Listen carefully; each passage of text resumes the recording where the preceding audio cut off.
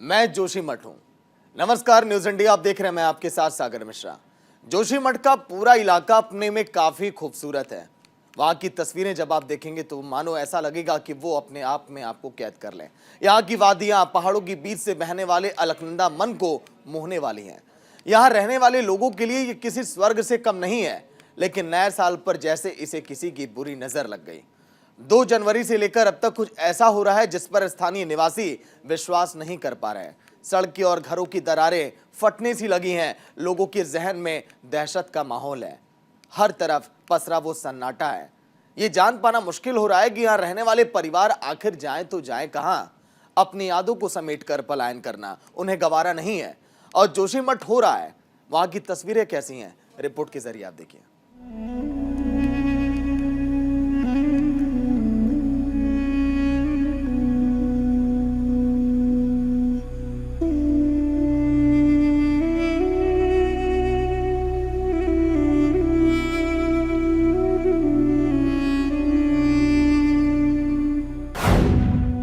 मैं जोशीमठ हूं। आज तार-तार हूं, जार-जार हूं।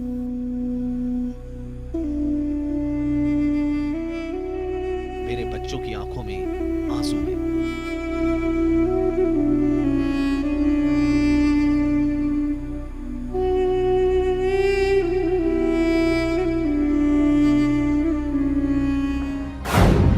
मैं जोशीमठ हूं। आदि गुरु शंकराचार्य जी की तपस्थली ज्योतिर्मठ, सीमांत जनपद चमोली का सरहदी ब्लॉक, विश्व प्रसिद्ध हिम क्रीड़ा स्थल औली, आस्था का सर्वोच्च धाम श्री बद्रीनाथ धाम, हेमकुंड साहिब और रंग बदलने वाली फूलों की घाटी का प्रवेश द्वार मैं ही तो हूं।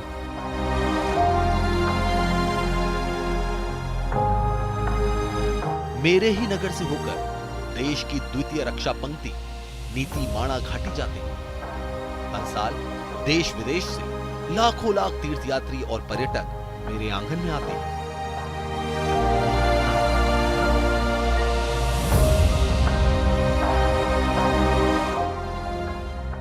मैं चिपको आंदोलन की नेत्री गौरा देवी की धरोहर हूं।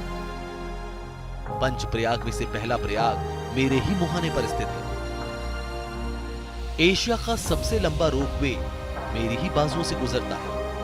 मैं भगवान बद्र विशाल का शीतकालीन गद्दी स्थल हूं।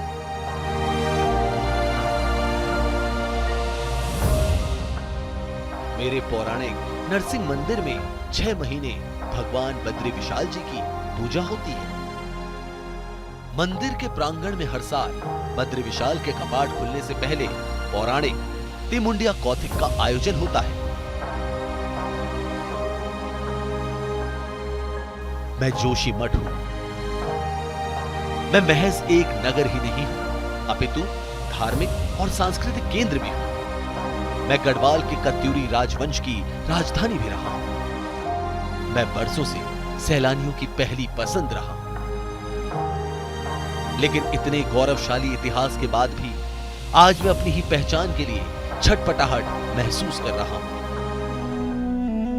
भूधसाव की वजह से मेरे अस्तित्व पर प्रश्न चिन्ह लग गया है। मेरे कई हिस्सों में हो रहे भूधसाव ने मेरे बच्चों की खुशियां छीन ली हैं।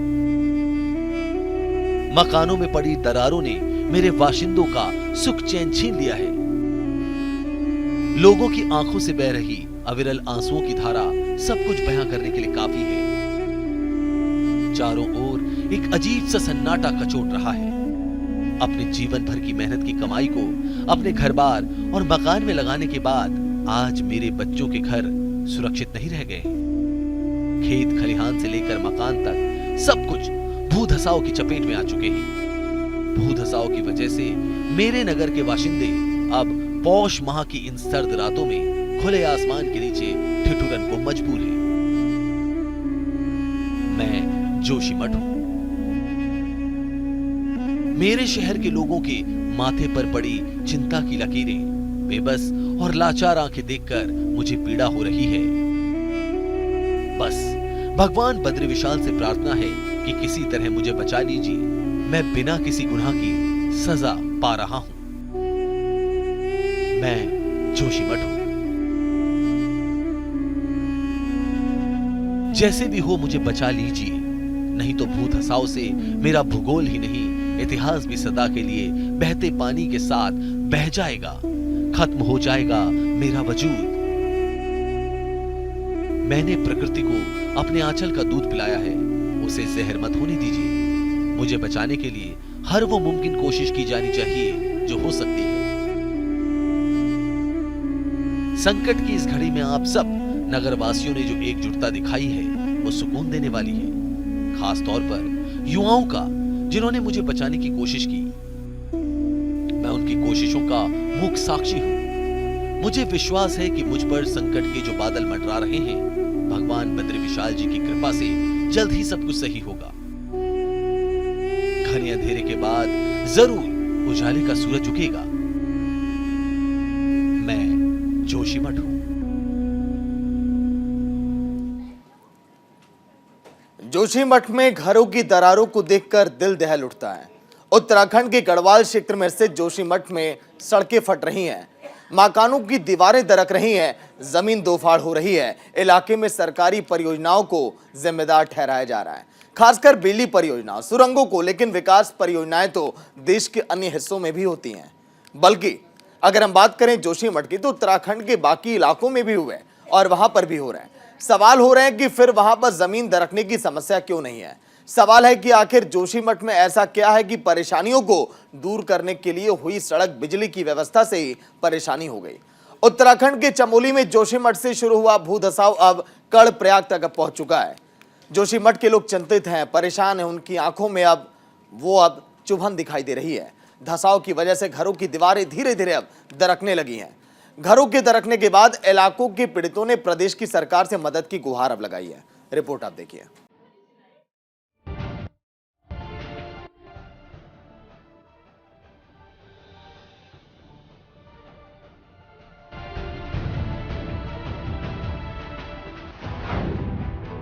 जोशीमठ की दरकती जमीन,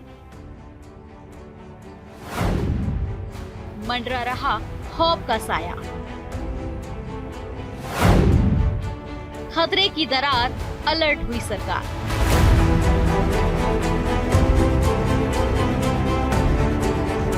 आंखों के सामने आशियाना दरक रहा है। खून पसीने की कमाई हर सेकंड उजड़ती नजर आ रही है। न सड़कें महफूज हैं, न इमारतें, न होटल और न दुकानें। अपनी बदहाली पर जोशीमठ आंसू बहा रहा है।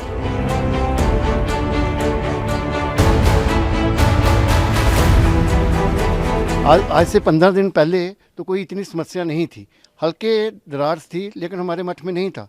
लेकिन ये 15 दिन में तो बहुत ज़्यादा बढ़ने हो गए, और स्पेशली ये 3-4 दिन के अंदर तो एकदम से, जैसे आपने पूरा देखा होगा कि पूरा जो मठ है हमारा वो खतरे की जद में आ गया है। यहाँ बहुत बड़े बड़े क्रैक्स आ रहे हैं, और ये जो ऐतिहासिक शहर है, ये ऐसा बताया जाता है भू विज्ञान को दोबारा कि ये ग्लेशियर पे बसा हुआ शहर है।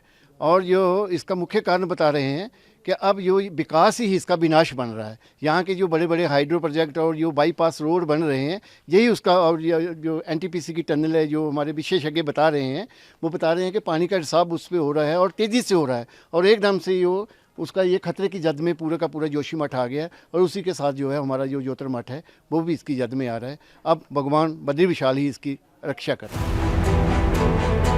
जोशीमठ का दर्द पूरे देश को छलनी कर रहा है। वहाँ के हालात देखकर, प्रभावित लोगों को देखकर दुख हो रहा है।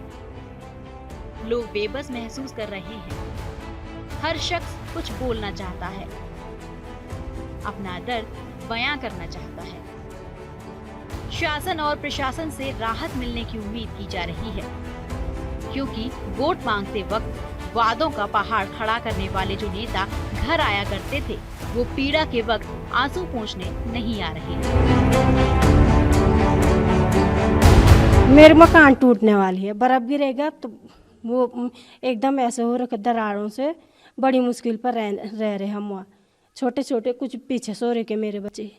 क्या पूरा परिवार यहीं पे? हाँ, मेरा पूरा परिवार यहीं पे है। ये यहाँ पर मेरे पति है, यहाँ पर खड़े हो रखे। कौन कौन है आपके परिवार में और क्या प्रॉब्लम? हाँ, मेरे 4 लड़कियां हैं मेरी। अभी कहाँ का व्यवस्था, खाली यहाँ बोल रखे अभी यहाँ सोने के लिए आना क्या। जब तक बना के दिए नहीं सरकार ने तब तक अभी क्या खुश होना है हमने। पर्यटकों के लिए शासन ने प्रतिबंध कर दिया। 2 होटल जो हमारे सामने हैं वहाँ पे यात्री नहीं ठहर रहे हैं, लेकिन उसमें जो लोग रह रहे हैं, जो भूस्वामी है उसके नीचे हैं हम लोग हैं, जो 500 कुछ परिवार आपदाग्रस्त उन्होंने अति आपदाग्रस्त घोषित कर दिया। उनके विषय में शासन का क्या रवैया है ये तो अभी स्पष्ट ही नहीं हुआ कि वो कहाँ जाएंगे। वो लोग, रोजगार खत्म हो गया, ठीक है, लेकिन जैसे कह रहे हैं कि ये आपदा जो है वो कुछ लोगों का मानना है कि ये जो ITBP या अन्य भवन बने हैं उनका पानी जो जमीन में है उससे हो रही है, तो उसके लिए करें। वो ITBP के पानी की क्या व्यवस्था है, नीचे से जो ऋषिगंगा के कटाव से आने से जो कटाव हुआ उसके लिए क्या प्रबंधन है। तो ये तो लॉन्ग पीरियड वो समस्या है।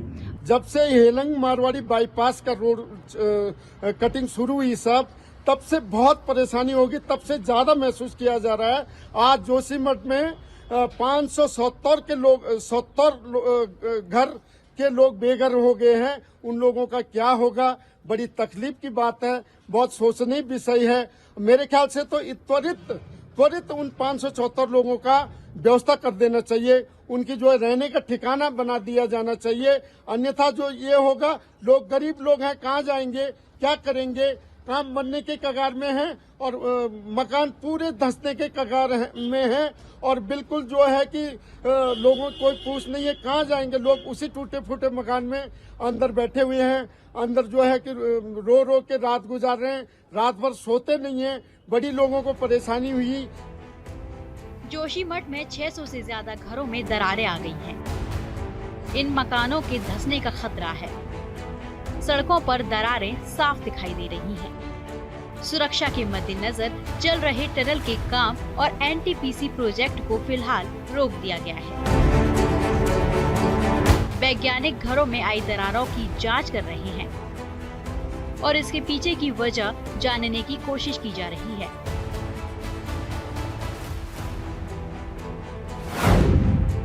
जोशीमठ में दहशत की दरार। 12,398 घरों में से 603 घरों में दरारें। 100 से ज्यादा घर ऐसे जो कभी भी ढह सकते हैं।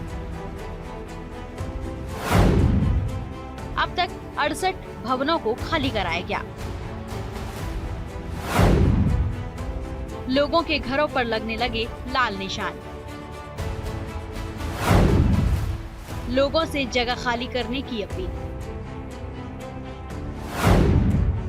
भूदशाओं को देखते हुए NDRF के जवान तैनात। देहरादून हल्द्वानी में टीम को अलर्ट रहने के आदेश। सब लोग एक टीम के रूप में काम करें, सभी लोग मिलकर, सरकार है, सामाजिक संगठन है, राजनीतिक संगठन है, हमारी सबकी पहली प्राथमिकता है कि जोशीमठ शहर बचना चाहिए और लोगों की जान माल की सुरक्षा होनी चाहिए।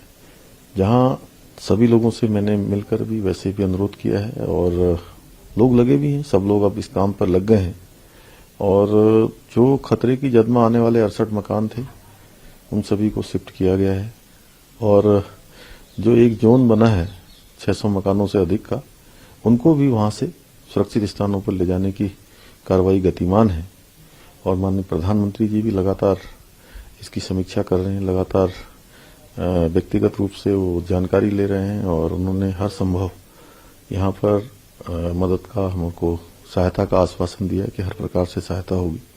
कल PMO ने भी मीटिंग करी है, हमारे राज्य के भी सभी अधिकारीगण, चीफ सेक्रेटरी कल वहां गए थे, सारा आकलन उन्होंने भी कर दिया है और हमारी कोशिश है कि सभी लोगों को फिलहाल सुरक्षित किया जाए। जोशीमठ संकट के चलते NTPC पावर प्रोजेक्ट को फिलहाल सरकार ने रोक दिया है। ऐसा माना जा रहा है कि NTPC की बनाई गई सुरंग के चलते जोशीमठ में जमीन धंसने की घटनाएं हो रही हैं। हालांकि मामले में NTPC ने सफाई दी है। उसने कहा कि NTPC जोशीमठ शहर के नीचे सुरंग का निर्माण नहीं कर रहा। इस सुरंग का निर्माण टनल बोरिंग मशीन से किया जा रहा है और मौजूदा समय में कोई भी ब्लास्टिंग का काम नहीं किया जा रहा। जोशीमठ में कहां-कहां दरार। गांधीनगर 34, पालिका मारवाड़ी 28, लोअर बाजार 24, सिंहधार 56, मनोहर बाग 80, अपर बाजार 31, सुनील 38, परसार 51, रविग्राम 161, कुल 603। स्थिति बहुत चिंताजनक है, विस्फोटक स्थिति तक चिंताजनक है। किसी समय भी सारा ढांचा कोलैप्स कर सकता है। प्रकृति चेतावनी दे रही है और हम उस चेतावनी के अनुरूप आचरण नहीं कर रहे हैं।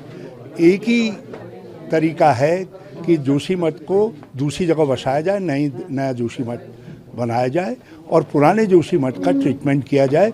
जो कारण हैं जोशीमठ के सिंक करने के, जिसके सब लोगों में चर्चा है, उन कारणों में एनटीपीसी की टनल और दूसरे जो 4 धाम यात्रा के निर्माण कार्य इत्यादि हैं, उन सब पर रोक लगाई जाए और इसको राष्ट्रीय आपदा के रूप में लेकर के इसका पूरा ट्रीटमेंट किया जाए और यहाँ के प्रभावित परिवारों को बद्रीनाथ की तर्ज पर जो है मुआवजा दिया जाए।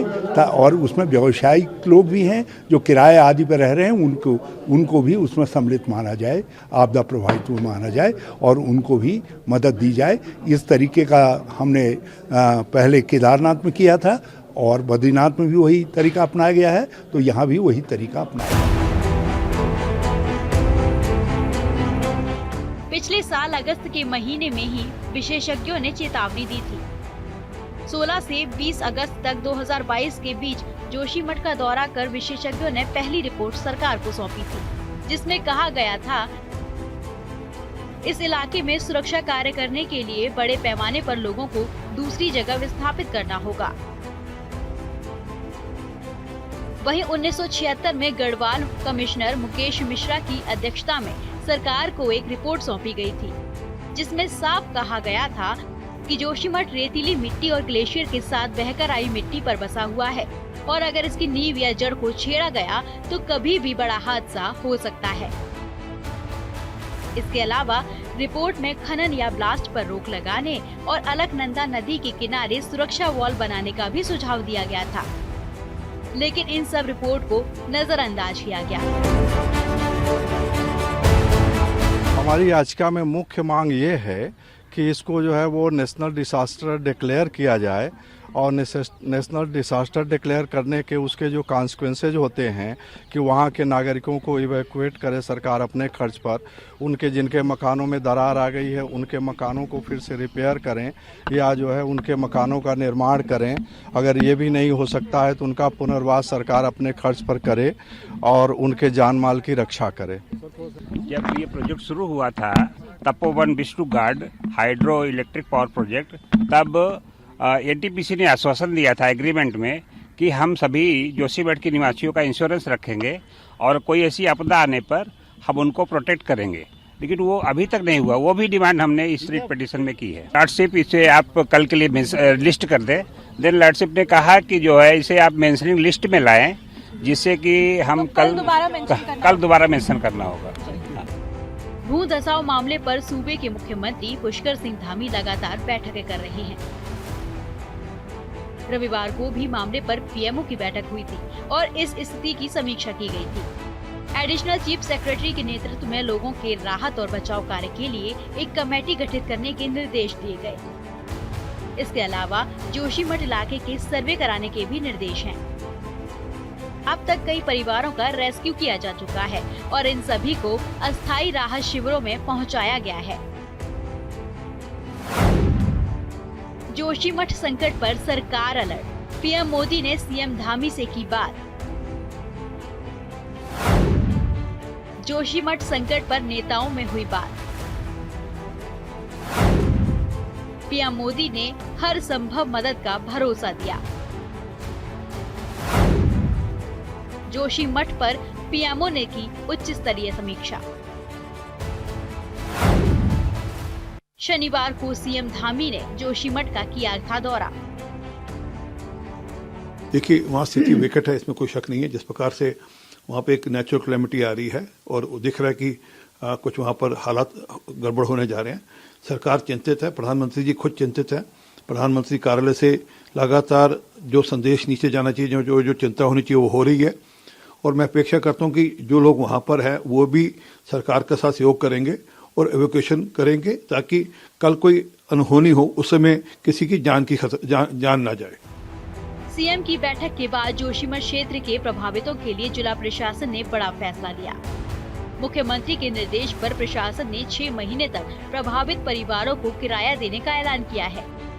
अधिकारियों के मुताबिक जिन लोगों के घर खतरे की जद में हैं या रहने योग्य नहीं है, उन्हें अगले 6 महीने तक किराए के मकान में रहने के लिए 4000 प्रति परिवार सहायता दी जाएगी और ये सहायता मुख्यमंत्री राहत कोष से दी जाएगी। ये आपदा प्रबंधन विभाग द्वारा अधिसूचना एक जारी की गई है, जिसमें जोशीमठ नगर पालिका का जो क्षेत्र है उसको आपदा प्रबंधन अधिनियम के अंतर्गत घोषित किया गया। भारत सरकार से 2 टीम्स आज जोशीमठ में आ रही हैं। जल शक्ति मंत्रालय की एक हाई लेवल टीम है और गृह मंत्रालय से सचिव बॉर्डर मैनेजमेंट और उनकी टीम आज वो भी जोशीमठ में आ जा रहे हैं। जोशीमठ के क्षेत्र में अभी हमने नगर पालिका क्षेत्र में और नियर बाय एरियाज में अभी सभी निर्माण कार्य अग्रिम आदेशों तक हमने अभी रोक लगा रखी है। जो भी लोग अस्थायी रूप से विस्थापित हो रहे हैं हमारे नगर पालिका में, गुरुद्वारे में और होटल्स में जो रिलीफ कैंप स्थापित किए गए हैं, सभी को ड्राई राशन किट्स के माध्यम से रिलीफ सामग्री दी जा रही है और लगातार हमारे सेक्टर अधिकारी, प्रभारी अधिकारी उसका निरीक्षण कर रहे हैं कि और लोगों से बात कर रहे हैं कि कोई भी कमी अगर परिलक्षित होती है तो उसका तत्काल निराकरण किया जाएगा। गौरतलब है कि जोशीमठ में बड़ा खतरा मंडरा रहा है। जमीन में दरारें आने की वजह से कई घर तबाही के कगार पर खड़े हैं। डेंजर जोन में आने वाले इन घरों के लोगों को वहां से निकलने के लिए कहा गया है। विशेषज्ञों ने चेतावनी दी है कि अगर जल्दी ही इस पर कुछ नहीं किया गया तो बड़ी तबाही आ सकती है। देखना होगा कि सरकार इन लोगों के लिए क्या कुछ करती है और इस खतरे पर कैसे काबू पाया जाता है। Bureau report, news India. Joshimath में रोते बिलखते सिसकते लोग अपने आंसुओं का सैलाब लिए उसका इलाज मांग रहे हैं, लेकिन इलाज मिलेगा कब, ये देखने वाली बात। देखते रहिए न्यूज़ इंडिया। नमस्कार।